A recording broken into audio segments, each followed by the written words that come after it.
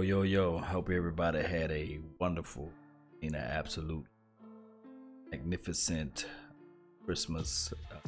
I hope they got the chance to get gifts that they wanted, prizes and things of that nature. Just hope everybody had a good rapport, healthy family members and things like that. It's just been a whirlwind. Cowboys losing, falling into the fray like we did. Really have no answers to these type of things. It's just one of those things where it's a game. I look back at the game, try to put it on the Twitch situation, but it didn't happen the way to. Still got to learn Twitch way it's supposed to be. So all this week, everything that's been going on with the Cowboys roster, looking back at the game, having like another glimpse of everything. Hopefully I try to post it on Twitch, and I forgot to hit save recorded broadcast. So whoever was able to reach out to Twitch when it happened, they got a chance to see the whole game. I learned it. So I appreciate everybody that's tuning in to the Law Nation show. And just one of those things where it's been like I looked at some of the guys too, guys that take a look at for as the drafting is concerned. But you know, looking back at everything, you know, everybody say, well, I see some people still saying Prescott is trash, man. No, that's not the case. No other scenario. If you look back at the game, you look at it from a different perspective. I really think, I hate to say this, but Dez Bryant is a cancer right now. I don't care what anybody say. I don't care what the Dez Bryant's apologies. I don't care if he stay right down the street from me.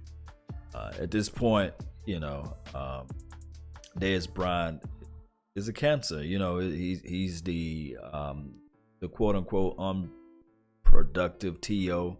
At least T.O. was still productive, you know, when he did mouth off. We know how the scenario.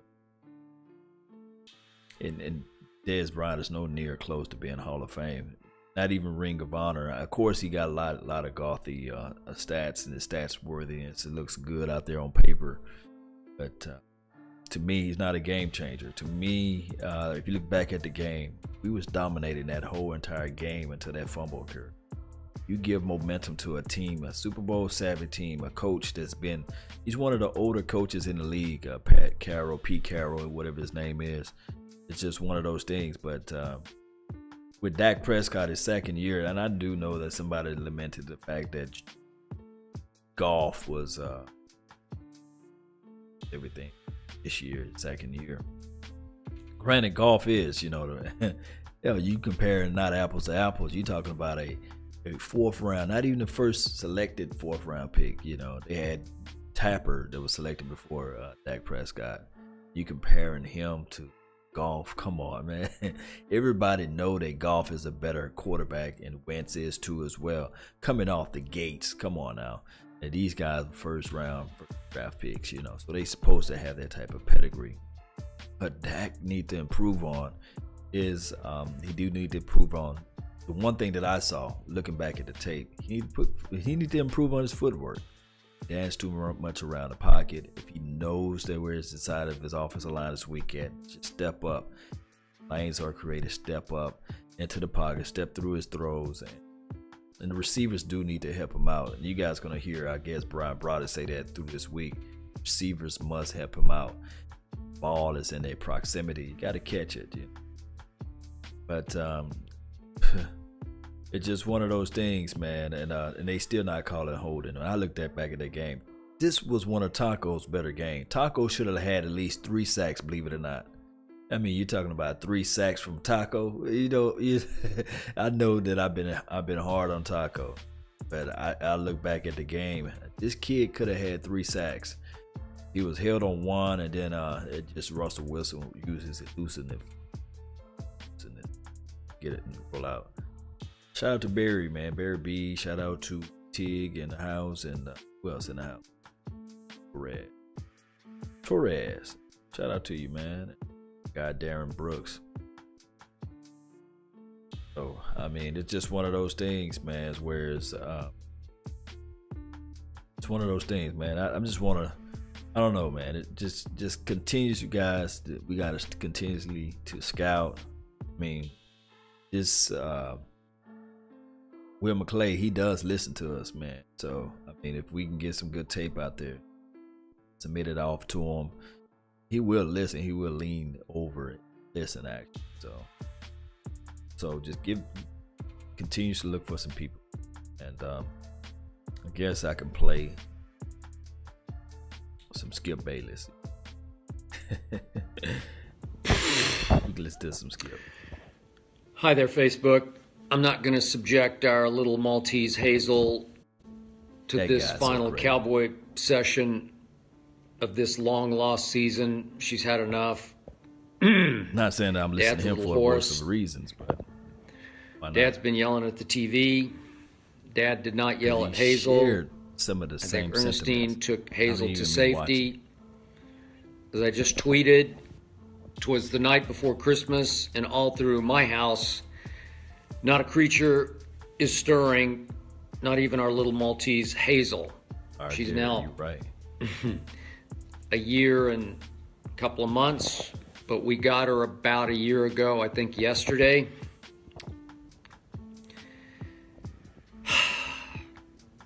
She's had fun watching a lot of Cowboy games with Dad, but not today. So the season ended fittingly with yet another missed field goal by Dan Bailey. I have no idea what came over him. Perfectly imperfect ending.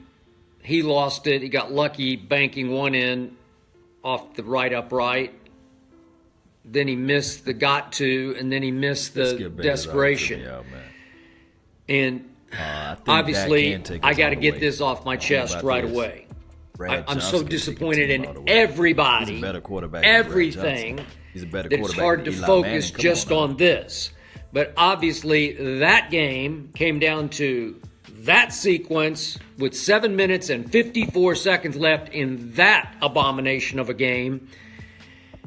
After Dak Prescott composed himself and led the Dallas Cowboys boom, boom, bing, bing, boom, boom down the field to 1st and goal at the 3-yard line. 7:54 left. Skip Bayless, the crowd is chanting for Zeke. It's just too obvious that you just give the ball to Ezekiel Elliott. Is the offensive line getting its golden tails whipped on a consistent basis from the opening of the game? They were. All of them were.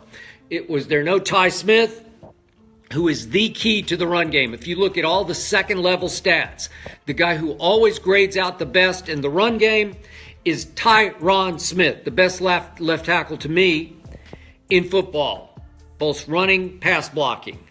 He's been hurt all year long, been in and out, up and down, and he tried to go today with a balky knee, and he lasted a couple plays. The first aborted series. Dez Bryant, don't get me started. I'll start on Dez in just a second. But it's 1st and goal at the 3, and obviously you just need to feed Zeke, feed Zeke, feed Zeke, and if you have to, feed him again. He's averaging 4 yards a carry at this point. So let me do the math. If you give it to him once, twice, 3, even 4 times, what are your odds of getting it over the goal line into the end zone?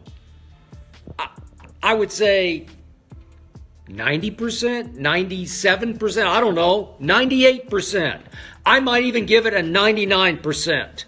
About the only thing that could stop you at that point, if you just let Zeke eat, just let him eat. Man, eat. 4 straight carries. Even if it gets to be 4th and goal from the 2. What are the odds that they're going to keep Ezekiel Elliott out of the end zone 4 times? 1%? 2%? I just thought it was a done deal. And at that point, you could cut it to 21-19 with the extra point. I don't know if he could make the extra point or not. Maybe not, but I'm going to give it to him for hypothetical sake. And if you get it in the end zone, I don't know, with 7 minutes to go, 6:45 to go, Then the defense gets re-inspired, and maybe you can go out and stop Russell Wilson. Maybe you could get the ball back. And maybe the offense is starting to feel a little better about itself. Dak was starting to get into some rhythm. And maybe you got a chance. You're going to have to depend on Dan Bailey to probably make some late field goal to win it. I don't know what he felt different about it. But how do you, on first down, you try to deke them, you try to fool them, you try to finesse them with the read option, right, which I think it had a pass element because Cole Beasley's streaking across the back of the end zone and looked open, but KJ Wright comes completely clean right in Dak's face, so two things get blown up. He can't throw it, and he really couldn't run it. It was just a bad idea, and I don't know if it's a called fake to Zeke or if he pulled the ball back. I don't know. It looked like he was supposed to pull the ball back. It looked like it was a fake to Zeke. Okay, so he just tries to power through at 240 pounds and stretches the ball, and he actually ended up getting a yard. So now it's 2nd and goal from the 2. They're gonna go, and it's time to eat Zeke, eat. Just let him go. Just either toss it to him. I don't care what you do. Just give it to Zeke. I don't know. Do anything. Just get the ball in the hands of Ezekiel. Run it from under center. Just line up and say, you can't stop us. Let him just hammer it off tackle. Let him just body lean it. Let him twist and turn and scratch and claw and get the ball toward the goal line on 2nd down. And instead, it's a rollout to nowhere. And instead, they call some, it looked like a phantom to me. I didn't see anything. They call a penalty the smallest side on Jason Witten, who's trying desperately to block over on the edge. And it's a disaster. You get a 15-yard, 10-yard hold. Wait, was it 10-yard? Yeah, 10-yard holding penalty. And you go backwards. And now the one thing you can't do is take a sack. But from the start of the game, Dak Prescott was under fire like the bad old days. It looked like Atlanta all over to me. And again, he did not handle it very well. Because once you realize you have Byron Bell trying to protect you, and once you realize there are breakdowns everywhere, once you realize Seattle's going to throw kitchen sink blitzes at you from everywhere, you just have to pick people out and dump it to them off quick drops. You can't be deer in headlights. You can't hold the ball waiting for somebody to get open because there's nobody who's going to get open. Nobody. I tweeted this. People don't understand how huge a loss it was to have no Bryce Butler for the last, I'm losing track, 3 games, maybe 4 games. I don't know what happened. He hurt his foot. He just kept being inactive. He's the only guy who's as big as Dez who can get behind anybody. He's the only guy. I don't know what's happened to Cole Beasley. He can flitter around underneath. He used to be able to just kill any sort of man coverage in the slot because you could just run little option routes to him, and then everybody learned early. Hey guys, man, Skip Bayless telling the truth about that. When you're talking about a guy like Bryce Butler, he still runs a 4.3. He's tall, he's rangy. He's one of those guys, and he can catch the ball actually with his hands. I'm not saying that he's the world beater out there, but that was the issue that we had without Bryce Butler out there on the field. Bryce Butler brought in just enough plays so he can stretch and make the defense play honest. Bracket Dez, you put a guy, and you single coverage T. Will, you know what he can do. When Beasley line up, the way he line up in formations, the teams already have a know what they're going to do, what type of route he runs. Now, of course, Beasley had one sweep route that he run to the outside, which was normally would be a Bryce Butler play. The thing is with Beasley, he's like 5'7", 5'8", and he's not a very physical guy when the ball is at its highest point of the ball. So that's why you really rarely see Beasley catch a ball that's beyond 20 or beyond 30 yards down the field. And to be honest to you guys, even with Tony Romo, Beasley never caught a ball that's beyond 25 yards down the field. And that didn't happen until like last season, I think, against Chicago Bears team, when Dak Prescott actually got him a ball just beyond 25 yards down the field. So at this point, we do know that Dez Bryant is a physical possession type of receiver. When he is thrown out of the game with his mental capacity, he just don't have that at the next level, whereas like Michael Irvin had. Michael Irvin was called the playmaker for a reason. You see what I'm saying? Michael Irvin still showed up and showed out. Now, there's things called veteran receiver play. And I do know this is kind of late for a lot of people, and a lot of people probably don't even understand what I'm saying when you're talking about a veteran savvy receiver. What Doug Baldwin did against the Cowboys yesterday, when he ran into Chidobe Awuzie and put his body into him and then flexed out to the outside, that was a veteran savvy move. He knew that this was a rookie defensive back, and he knew that he was going to get the PI call because it was in the money zone. He ran straight into him, put his hands in his chest, and pushed out. And then they called the PI on Chidobe Awuzie, because Awuzie, instead of extending his arm, he hugged him like a barrel hug or what have you. And I think I can break that down once they come out with the all 22 of the reason why they called the PI call on that. And then that was the first situation. Then the first touchdown with the coaching staff putting Jordan Lewis on 7 foot, 6'8", 6'7" guy. That was just crazy. That was coaching error right there. We do know that they're supposed to flex Byron Jones out there, or somebody who's bigger than Jordan Lewis. But Jordan Lewis is good for what he does out there on the field. Don't get me wrong on that. Now, the other play that Chidobe Awuzie was scored on, they lined Doug Baldwin up to the inside slot. Now, Chidobe is an aggressive corner. Tried to go for the jam. He just missed. And it was one of those things where it's a good veteran savvy move. Twist done. We just don't see Dez Bryant making savvy moves like that out there on the field.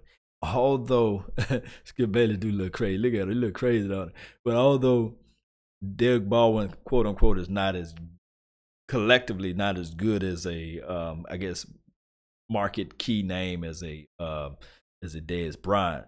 But if I was to poll you guys and tell you guys, would you rather have a Doug Baldwin on the team or a Dez Bryant? I can tell you right now that it should at least be 90% of the people saying, give me Doug Baldwin any day. Because of the tenacity that he played with, his temperament out there on the field. He's a better route runner. He's savvy enough, and then he plays with a chip on his shoulder. And when he actually have his chip on his shoulder, it's a whole lot different from Dez Bryant. Dez Bryant, when he plays mad and angry, we only saw that one time this week or this year, where he actually did something, I think because we was winning. But when he playing mad and angry when we lose, it just derails from there. That's all I had to say on that. But let's continue to listen to Skip Bayless. Skip Bayless. I really don't listen to him, but he had really good points on this thing. So that's why I want to share this out to the masses. Early this year, just double him. Just bracket coverage him. And they took him out of the game. So what is it? It's mostly Jason Witten turning around in the middle of the field, dumping little passes over the middle to him. Every once in a while, Terrence Williams gets open. But there's nobody home. There's nobody to throw to, especially when you got to convert 3rd and forever, and you wind up 4th and goal from the 23-yard line. 4th and goal from the 20. It's just impossible. And then injury to insult, Dan Bailey, the most accurate kicker ever, comes in and goes wide right with it. And, I mean, this guy splits the uprights, as you know, any of you Cowboy fans. He just lost it. Started to wobble a couple games back. And that's the problem with once these guys lose it, these kickers, they're just mentally shot. This is going to be a problem going forward next year. Bailey's still injured, man. I mean, unless he goes 5 for 5 at Philadelphia in a game that has no meaning, just for pride. I don't know. I don't trust him anymore because he's got the demons. He's haunted. No. He's starting to second guess. This is why people Once like it starts, it's just hard to get it back. Gostkowski has gone through a couple of little slumps, and he's fought through it, but he's special, man. It'll take 6 months for and I thought Dan Bailey was, but I'm not so sure. So you miss, and the bottom just falls completely out. And then you might have some desperate long shot hope at the end. First, they let Russell Wilson complete a 3rd and 10 pass, challenged it just to maybe delay the inevitable. But they even move it down in a position where they could take a 48-yard field goal and then try the onside kick, and he blows that. And the whole thing just felt, the whole year, in all my years of rooting for the Dallas Cowboys, and I started back, I think I was in 4th grade. My uncle was a high school coach in Dallas, and he kept saying, you got to come watch this expansion team. I think I didn't go until 61. I think it was the 2nd season. But I went to a game against the St. Louis Cardinals. They won. I think I bought a pennant. My uncle gave me a football, actually, but it wasn't a Cowboy football. But anyway, I was hooked from that moment on. We got all the Cowboy games in Oklahoma City. And so in all my years, all those teams, all the time I covered the Cowboys in Dallas. I was there for, 17 years, I believe. Wrote 3 books on the Cowboys. I can't remember a season more painful to watch than this season. It was just one thing after another after another. Started off with a bang.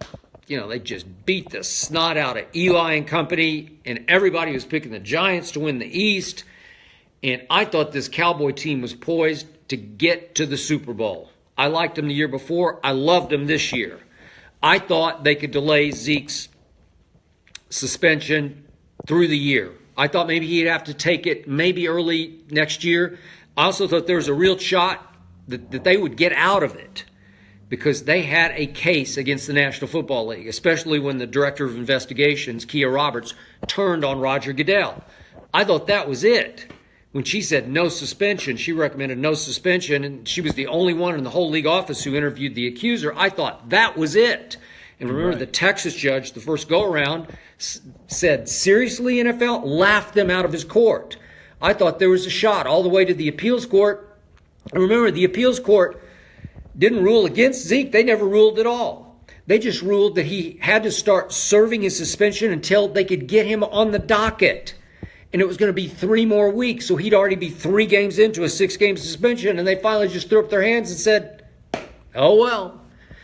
And bad things started happening, obviously, at Atlanta. No Tyron Smith. And all of a sudden, Adrian. Let me talk to somebody right quick that's on here. Dayan Mog Hotness, however you say your name, whatever name you choose to go with. You said trade Dez and trade Dak. Let me put this to you. I don't think that you never watch football or understand football and I don't know where you from or what have you. But let me just educate you and let me locute some information to you so I can put it in proper terms. When you have a 2nd-year quarterback, you're not going to get the play of even the play of Tony Romo, nor Aaron Rodgers of the world, or Peyton Manning. You're not going to get those type of football plays out there. So let me just educate you a little bit more on some things about football. It is at the smallest point.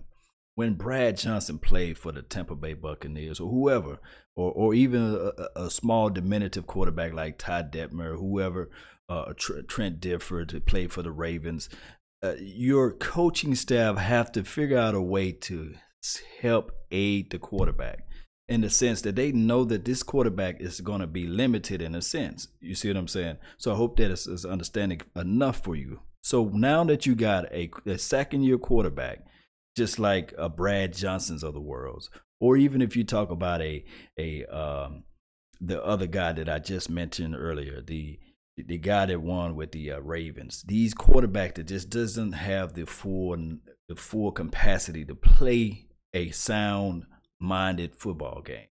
What you have to do is surround that quarterback with pieces. And when I'm talking about, you got one of the better running backs called Ezekiel Elliott out there on the field. You have your defense flying out to the ball, playing pretty well at that point. You have to somehow figure out a way from a coaching staff to not put the ball in the 2nd-year's quarterback hand. So when you down there on the 3rd, the 2nd, the goal line or whatever play it was, You have to figure out a way from a coaching staff, from a coaching philosophy. Stay true to your identity, and that is running the ball. Ezekiel Elliott was averaging 5 to 6 yards a carry. Regardless of the situation, if Dez is not catching the ball, if Dez is not running routes properly, if he's limited to a certain degree, you do not go back to that situation. You play with the better cards that's in your hand, and that was Ezekiel Elliott right there. This game falls totally, and I mean absolutely totally, on his coaching staff. So anybody out there who says, well, you got to trade Dak Prescott, come on. If you have trade Dak Prescott and he goes to another team, who is the quarterback for us right now? You know what I'm saying? And you can't say, well, I want to put all my chips and put it on Cooper Rush. Cooper Rush is an unproven product who flashes a little bit in preseason, who we just don't even know. We don't even understand the grasp of what Cooper Rush can do out there for the Dallas Cowboys football team when you're talking about a national football game. So miss me with that. Goodbye. I want you to go watch some more football and watch some film. Even if it's not even of the Dallas Cowboys, but watch some other football, maybe an arena league or a Canadian league, and just understand football, and then come back and ask me some more questions. Now we can go back with the Skip Bayless. Claiborne got turned into a superstar at Atlanta. Dak Prescott's going to be a sore young man. Not only tomorrow, but after the season. He took a beating this year. I'm not sure any quarterback in the league took more hits than Dak Prescott. Right. Seriously. And they never call face mask. So you had the Zeke suspension on top of, remember, everybody was there and everybody was healthy for week 2 at Denver, and it was just a debacle. You know what? I knew in my heart of hearts then that wasn't the team that I thought it was going to be. You don't go up to Denver and lose, what was it, 42-17. Now you look back on the Giants win. It was nothing. They were awful. Eli was teetering. He's lost it. He's on the downside to where he's just about gone. And I hope they do start him all next year. Everything was a disaster. That was a much bigger disaster than Dallas was New York, obviously. And then they go to Denver, and Denver's a bad football team. And I told Shannon Sharp on Undisputed, by the way, we're on tomorrow. I'm going to be there tomorrow morning.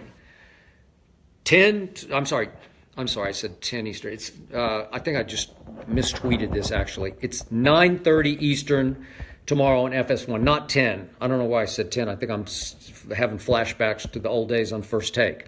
We're on 9:30 Eastern tomorrow on Fox Sports 1 until noon. We're doing our regular show tomorrow, 9:30 Eastern on Fox Sports 1. We're working on Christmas Day. We're going to be working on New Year's Day, but there are so many good basketball games. We'll be talking about those tomorrow, and obviously about Tom Brady, Cam Newton, Jimmy Garoppolo, and the Dallas disaster.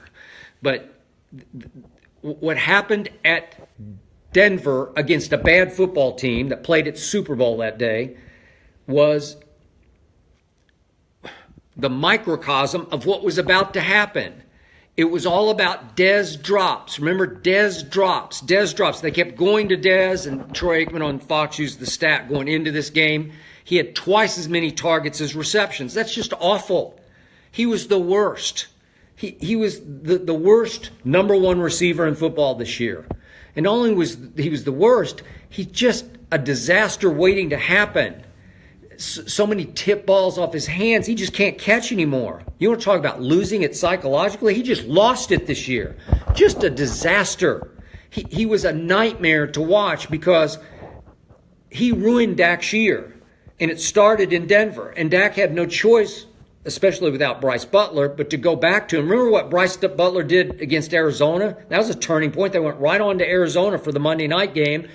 And 3 big plays were made by Dak Prescott to win that game. One with his legs where he somersaulted in the end zone. But 2 huge throws were to Bryce Butler. Thank you.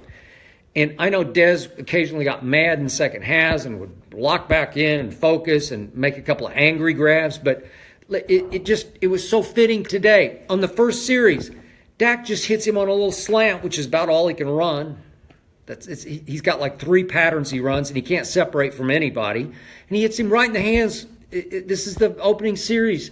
Was it second down? I think it was. And it just goes right through his hands. It's just terrible. He's got the worst hands of any, prominent wide receiver in football. And then Dak was pretty miserable today. He had his moments. I'm a fan. I try to defend him. I'm not, overall, I would give him a D for the game, as in dog, because there were a lot of dog plays in that game. But he was under fire the whole game, and he tries to get rid of it to Ezekiel, and I think he was trying to throw it away. I think so. And that Coleman kid was not that good. He's just playing zone.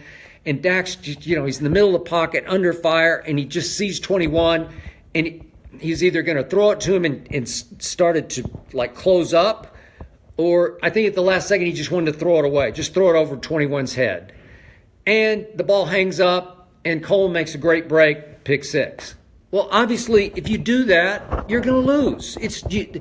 Those tumultuous turnovers, as I call them, they're the worst. They're especially at home. You take the whole crowd out of the game, and then they start to drive again, and he has Dez just sitting down in the middle of his zone.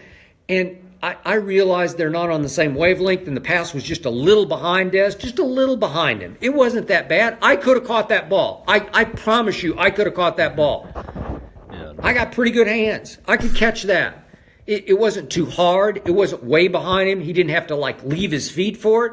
You just have to turn and react and catch that. If you're making, what do you get guaranteed? $50 million guaranteed. You just have to snag that ball, or at least control it and drop it. I'd take that. But it just goes right through his hands. It just glances off his hands, a la Denver. How many times do we see this? And it goes right to a Seahawk, and it's just a disaster. It's a nightmare. It's a debacle. And obviously, I left out he finally caught one second quarter, and he tries to make a move with it, and he's got it out there doing loaf of bread, and obviously it gets knocked right out of his hands. And, of course, it stays in bounds, and Seattle recovers. It was just not meant to be, but it felt like the whole year wasn't meant to be. I've never been so strung out from watching a team, so just drained and put through the ringer. I'm just like a basket case after every game, because it's just, you see so much potential. And you think the offensive line, you got three of the best players in football, but a lot of times you don't have Tyron Smith, and I'm not sure about the other two. I'm not sure if the center and the best guard in football lived up, because they got whipped a lot. I'm not sure Lyle Collins is all that either. They got whipped a lot. That offensive line got its butts whipped all day long. I'm talking about run blocking and pass blocking. And yet, I tweeted this at halftime, the obvious plan of attack is just to hammer away with Zeke right out of the box when you get the ball. Obviously, Russell and company had the ball to start the second half. Just hammer away and try to wear the defense down. And they didn't do that. They just kept playing a little bit from behind and a little bit panicky. I thought Scott Linehan was pretty awful today. And clearly, they're a poor passing team. They can't protect, and nobody can get open. Well, isn't that the recipe for disaster? And the defense actually played very well. I know Russell Wilson and company are not very good on offense, but they held him down. I think I wrote down the yards. What are the total yards? 136 yards. That's what Russell Wilson's offense generated today. 136 yards. Dak's was 283. Seattle goes 4 of 11 on third down. Dallas went 6 of 13, so they did okay. They kept putting themselves back in position to at least have a chance to win the game. But, Seattle rushed the ball for 76 yards, and Russell was the leading rusher. And that Davis kid who looked like he was putting moves on everybody, he had 15 for 25 yards. I mean, they played well enough on defense to win the game. I know they didn't make the late third down stop, but then it was just desperate. And don't put the ball in Russell Wilson's hands late in games and expect him not to make a play, because he's clutch. He's as clutch as anybody in football this side of Tom Brady. And he made the third down throw, and still they had a desperate chance at the end. And when Dez Bryant becomes a team leader / liability, that's a problem, man. And obviously in the first half, he's pouting over there. Why can't I go back in? Because you drop everything. You're drop Bryant. It's just one. It's like, I can't do it holding the phone, but he throws up. I can't do it, but he's throwing up the X to catch the football. That's how he looks like. It looks like he's trying to catch it cross-handed. Seriously, it's awful. I mean, I like him personally. I've rooted for him. I thought that was a catch. I don't think. That was a catch at Green Bay in the playoff game. I was the biggest 88 fan. But he was abysmal this year. He was a liability because the team looks up to him and looks to him to lead them on the field, maybe to even set examples on the sideline. And he's just a shell of himself, a shadow of himself. It's horrendous. It's just so hard on my psyche to watch this. I'm wrung out, strung out, and finally just burned out by watching this team. I'm actually glad it's quote-unquote over. I know there's one more game, but, man, I felt, I tried to get myself back up. I went out here in Los Angeles this morning. It was cold in the morning, obviously heated up in the afternoon to 65-ish, but I went out in the cold this morning. I got a route that's 8 miles. I always run it to get up for the Cowboy game or just the whole day's slate. I had a good run. I felt reinvigorated. I felt good about everything. I picked it 27-17. It started out shaky off the first drive, but then once they got Zeke in gear, he wound up with 79 yards rushing. Was it 7? No, hold on. No, I'm sorry, 97 yards rushing, but he had 73 at halftime. So I'm thinking in the first half, okay, here it goes. And I'm trying to be positive. I'm trying to think good thoughts. Tried to wear this lucky piece of clothing. I took my lucky cowboy hat off. It didn't work today. So it had been working. They'd won, 4 in a row. None of it very impressive. What happened at Oakland, that wasn't impressive. I try to fool myself. I try to fake it. I try to be positive, be faithful as a fan to this team because I like this team. I like the quarterback. But the Oakland thing was just pretty lucky. Derek Carr tries to make a play and it bit him. I don't even like the rule of that play. It should have still been Oakland's ball when you fumble it forward and it goes through the end zone. You should get the ball. Oakland should get the ball back on the 20. But whatever, they barely survived. And they kind of fumbled and stumbled around in the Giants game. I don't know. I thought they played pretty well the last game without Sean Lee against the Redskins to kind of save the season and turn it slightly back around. But in the end, they just weren't good enough. They committed a couple of penalties on punts today that were just, it's after the whistle kind of punts, penalties on punts that they're just terrible where you just you just go back 15 yards. It's just, it's stupid. It's blockheaded, and it's what bad teams do. And I saw bits and pieces of bad team all year long. And look, I'm not a Jason Garrett fan. It comes down to, Jimmy Johnson always gave North Turner leeway to call whatever he wanted to call. I'm going back in the glory days of the 90s, or the early 90s teams, 92, 3, 4, 5. But in a situation like 1st and goal at the 3, that's where Jimmy got on the headset and said, run it. And he would let Norv call whatever play he wanted to call, but it was going to be a running play. Or in that case, he might have said, run Emmett. And then they didn't even have any plays for Emmett except Emmett right, Emmett left, because Emmett couldn't figure out the holes. Norv had so much trouble with Emmitt Smith.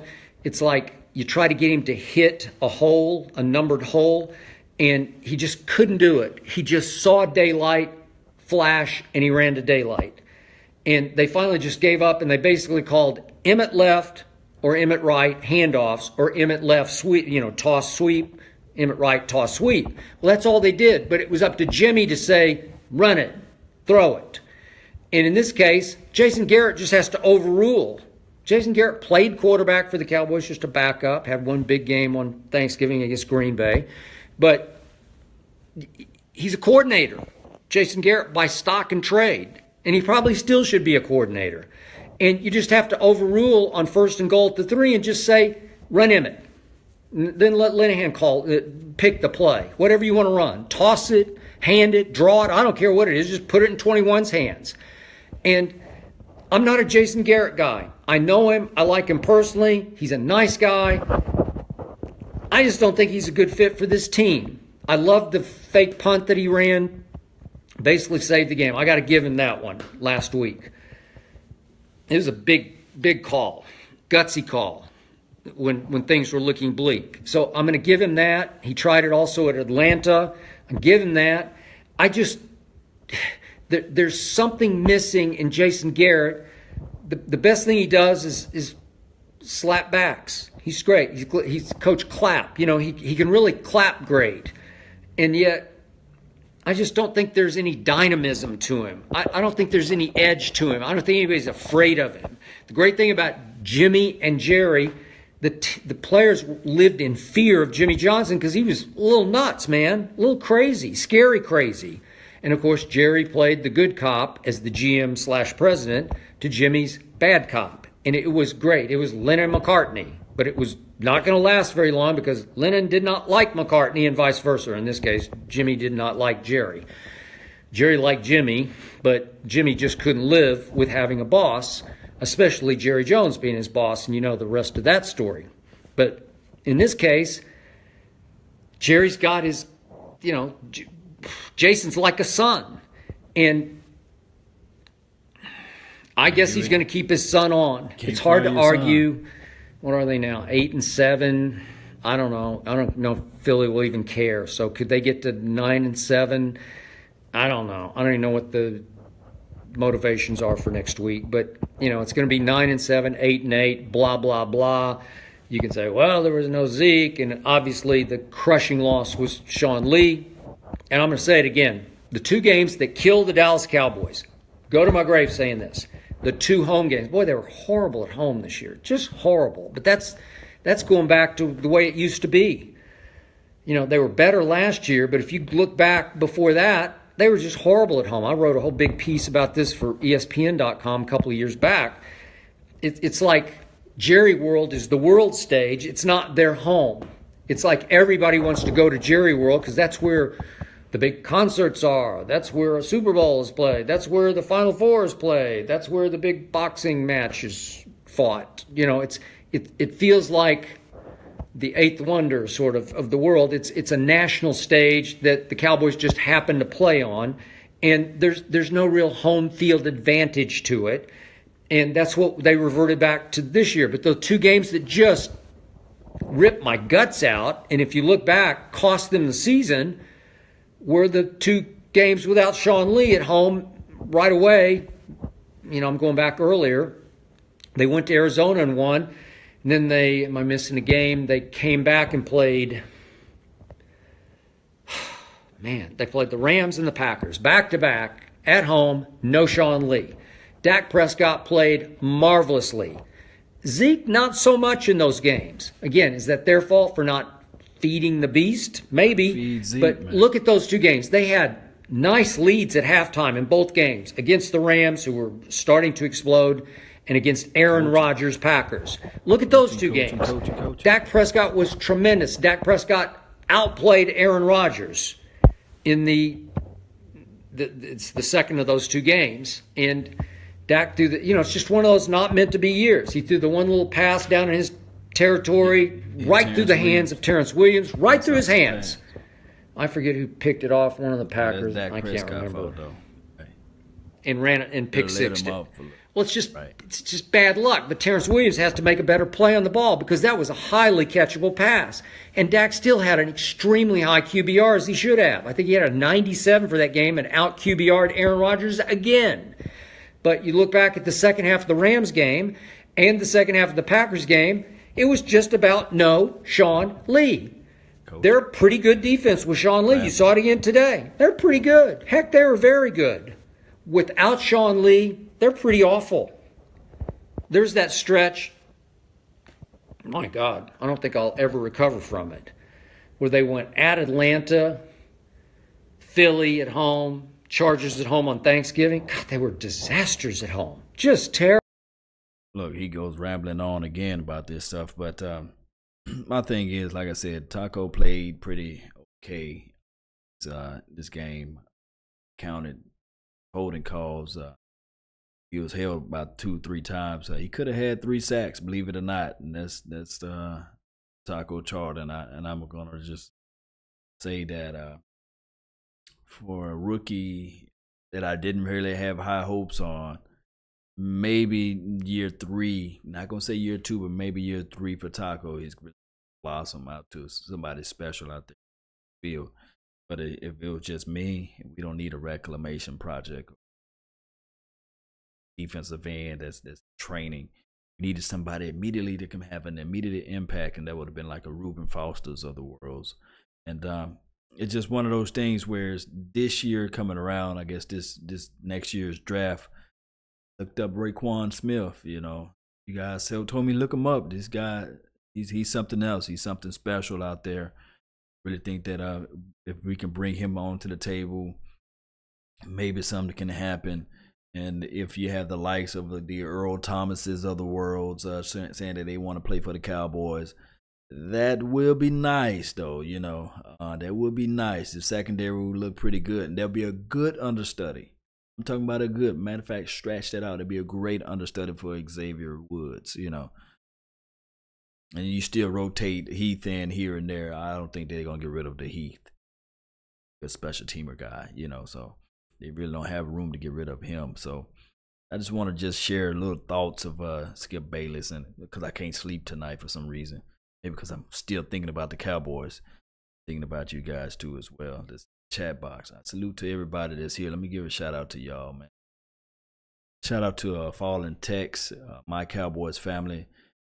Salute to you, man. Congratulations on hitting 1,000 subscribers. I think that you recently said that you hit 1,000.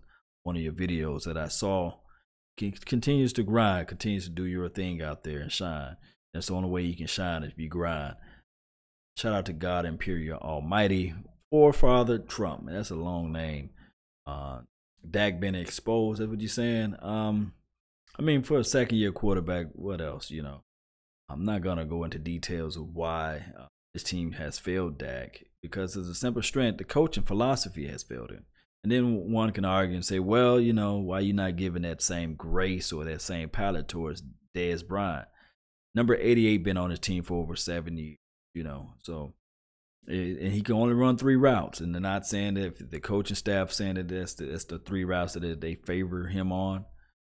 It's crazy, because to me, he can run a slant, dig, and a go. I'd rather see him run hitches now and comebacks, man. And that could be like, for example, could be the fact that Dez Bryant, Dak Prescott just don't have the continuity. Shout out to South of Heaven 88 too as well. Cowboys for life. That's where you get all your good material from too as well. D. Will saying that, hey, we should go out and grab Lovie Smith. I mean, you know, I love Jerry Jones, but I really don't think Jones would that route. As for other reasons, I'm not even going to say. I just don't ever see Jerry doing that. You know, I think that this team has been coddling Jason Garrett so much that it's just not going to have those type of changes to happen. And that's just the bottom line, you know. Who else in the Boxing 97? Salute to you, 10 Man. Shout out to you, Todd May of the world. Andrew Costello. Shout out to you too as well. Salute to you guys. And this is that Jesse, J32, and Paul Mills. Thank everybody for tuning in. Tyron Smith. Needed you this week. We needed you, Tyron Smith.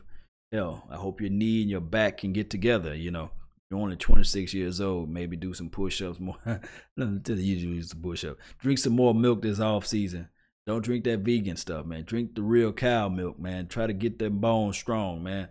Drink some elephant milk or something, you know. We need you out there on the field. Come hell or high water next year.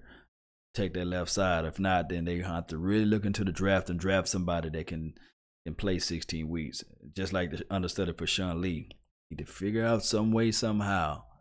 Figure out to get Sean Lee back into the mix, into the fun sway of things, because he's old, man. He's old.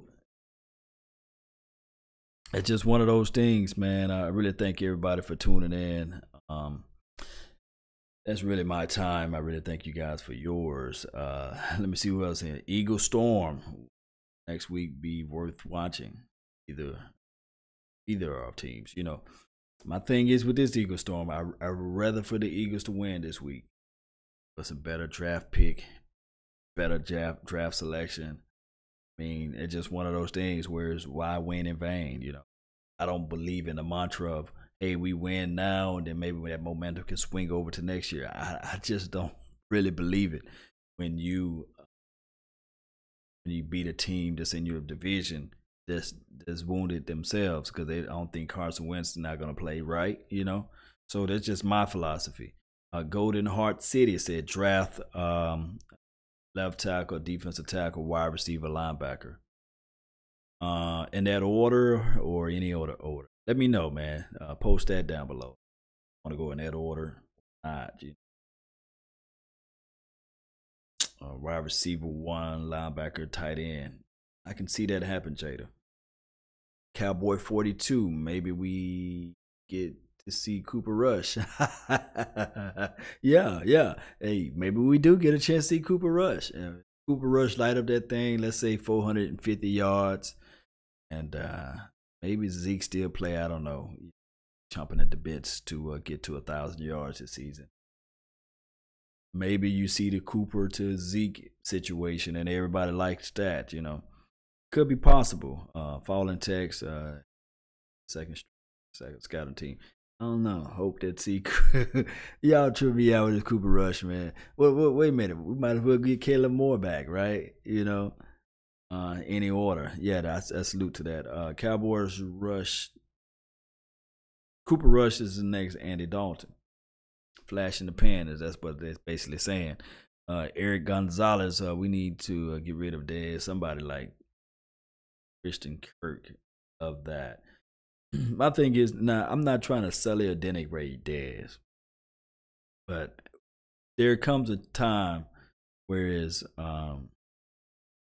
time to now the old philosophy is saying here, either you get rid of a player 2 years early or a player 2 years late. Always best to get rid of a player 2 years early than 2 years late. For instance, Sean Lee is getting long in the tooth. He's 31. Now, how long are you going to try to fight this thing out? Are you going to just try to wait till his wheels roll off? Or are you trying to say, okay, if I get rid of him now, not saying that I'm trying to get rid of Sean Lee, don't run off and crucify me with that. What I'm saying is, are you going to try to wait till he's in the wheelchair until you get him out of here? Or same thing with Tyron Smith for the worlds and Dez Bryant of the worlds. And one could argue and lament and say, hey, maybe you could have got rid of Tony Romo before he started to have his back issues and stuff like that. Not saying that this should be the team philosophy. But the teams that's winning, like for instance, the Patriots of the world. I know this is like a go-to point of the anomaly team, right? But they just not just the Patriots, the Steelers. You know, they doing their thing. Even the Ravens. These are teams that is constantly going to the playoff. I do know that collectively, me thinking that they play in a poor division, because the Steelers, they play the Cleveland Browns twice a year. Wouldn't it be nice if we played the Cleveland Browns twice a year? Would it be nice if we play Miami or the Bills twice a year and the Jets twice a year? You know, so there's always hidden figures. You know, just like the movie Hidden Figures. There's always a hidden figure when you're talking about the damn Dallas Cowboys. For once, we playing in the West and we play far out east, so it's a strain to travel way that far. Trust me. And then for two, to me personally, if I was to reorchestrate this stuff, since the league is trying to go against Jerry, I would say hell with the media revenue. I would put my team in the NFC South, whereas we play the Atlanta twice a year, and we play the Saints twice a year, and we play Tampa Bay Buccaneers twice a year. And we know what type of dumpster fire the Tampa Bay Buccaneers been for these years and years and going on. Regardless of who they pick, they still been a dumpster fire.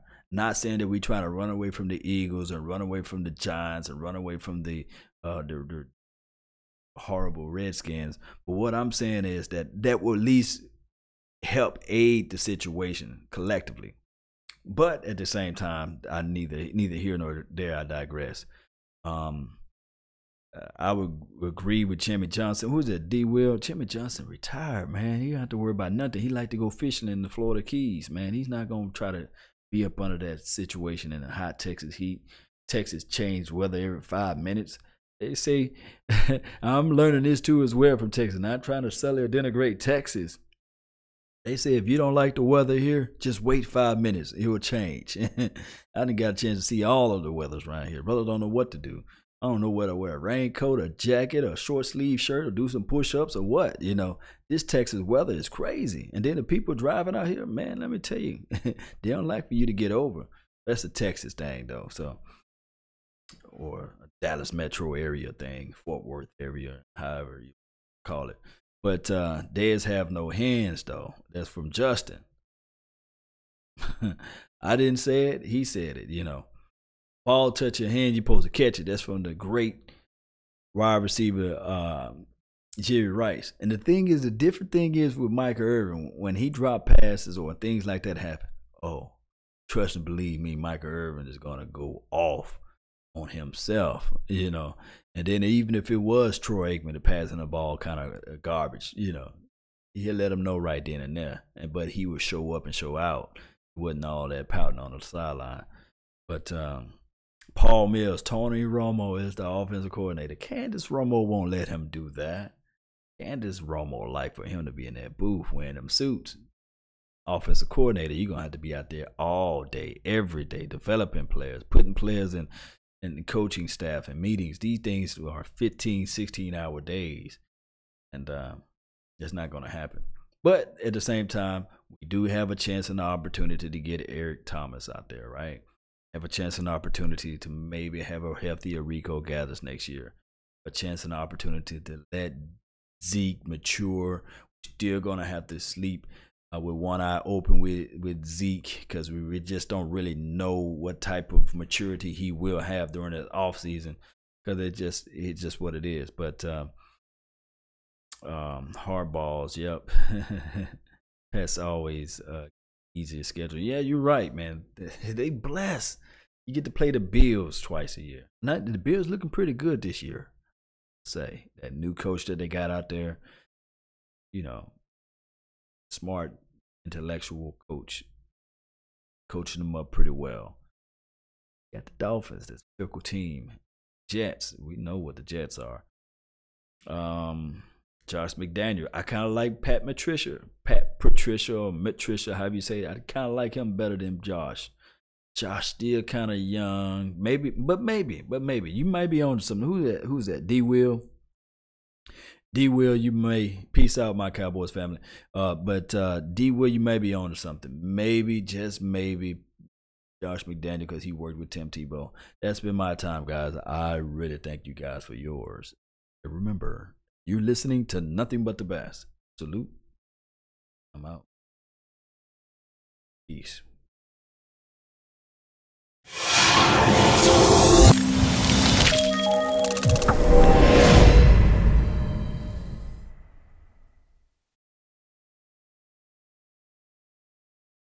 Gotta have some